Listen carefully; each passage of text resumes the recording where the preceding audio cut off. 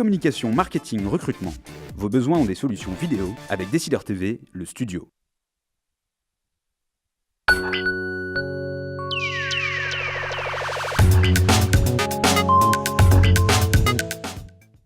Les décideurs de la gestion s'engagent, les conseils, c'est l'émission courte qui applique de manière concrète l'analyse que vous pouvez consulter en cliquant sur le lien voisin, les décideurs de la gestion, l'analyse. Alors je suis avec Franklin Pichard de Barclays Bourse. Alors Franklin, très rapidement, un achat.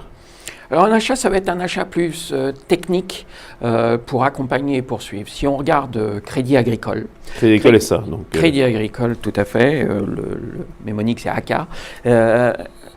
Et sur un plateau, on consolide depuis le mois d'octobre, on n'arrive pas à sortir, on est autour de 9 €. On a eu un très beau parcours par rapport au plus bas, c'est évident. On valait 6 € au mois d'avril. Là, nous pensons que tous les éléments sont réunis pour voir Crédit Agricole sortir par le haut. Donc on est acheteur de Crédit Agricole et on peut viser 10,50 €. On vaut autour de 9 €, 9,14 € actuellement. Donc il y a vraisemblablement un petit upside à gagner. Ça vous paraît être la banquière à jouer oui, par rapport à la Générale? C'est celle qui est la plus en retard, c'est celle qui était la plus compliquée. Oui. C'était celle qui était la plus compliquée. BNP, c'était certainement la meilleure, donc forcément celle qui était la plus chère, la mieux vue. Société Générale est plus spéculative. Elle a déjà eu un beau parcours.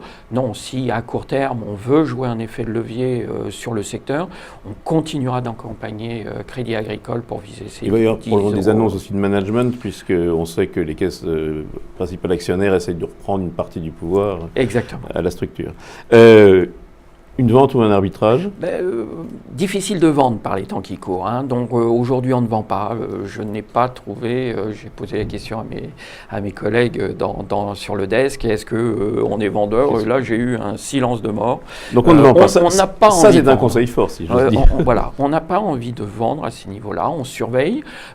On a la chance d'avoir de très belles performances. Donc on se dit, si on se trompe un tout petit peu, on va peut-être perdre un point et demi de performance. Mais on considère à cette fin d'année, à un mois de la fin de l'année, qu'on peut s'offrir le luxe de prendre le risque de tenir nos positions.